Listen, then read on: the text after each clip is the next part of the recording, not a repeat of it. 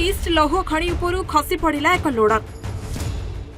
Loader खसी पड़ू operator गुरुतर आहत होते।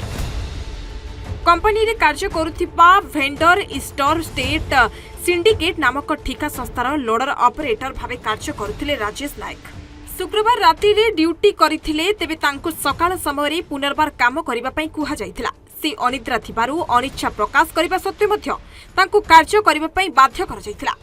तेबे से मेसिन नहीं जाउथिबा भिली खणीर उत्तर ट्रेन रु तळकु खसी पड़िथिला। फଳରେ से गुरुतर आहत होइथिले। तांको प्रथमे जोड़ा टाटा स्टील डाक्तरखाना रे भर्ती करिबा परे सेठारु जामशेदपुर टाटा स्टील हॉस्पिटल को निया जायथिला। तेबे चिकित्सित अवस्था रे गतकाली तांकर मृत्यु घटिथिला।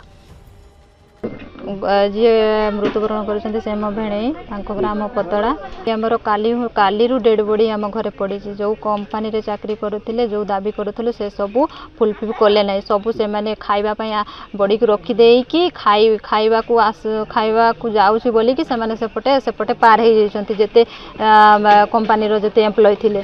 तो बर्तमान मालिक से कथबार्ता करूँ जे आम समय देखिए 10टा मध्य आपण आसिक यार किसी गोटे फाइनाल डिसीजन शुणातु, नचेत आम सब नहीं आम माइनिंग जो मेन गेट्रे आम से रखू और तार गणधारण आरंभ करूँ बोलिक आम दाबी करूँ। तो देखा प्रशासन भाई मैंने सार मैंने ऑफिस आसुँच कौन आलोचना करुँच किसी आलोचना न हुए ताल आम जो गणधारण जो कहूँ से निश्चय करूँ। वेंडर संस्था तांको मृतदेह घर को पठाइबा सह तांको किछि कर्तृपक्ष मध्य गाँ को आसिथिले। एठारे क्षतिपूरण दाबी परिवार लोक मृतदेह ग्रहण करुनथिबा बेले राति रे सांघरे आसिथिबा कंपनी कर्तृपक्ष फेरार होई जाइछंती। तेबे जोगाजोग करिथिले हे कोनोसी उत्तर मिली नाही। एहाकु नै गाँ रे उत्तेजना देखिबाकु मिलिछि।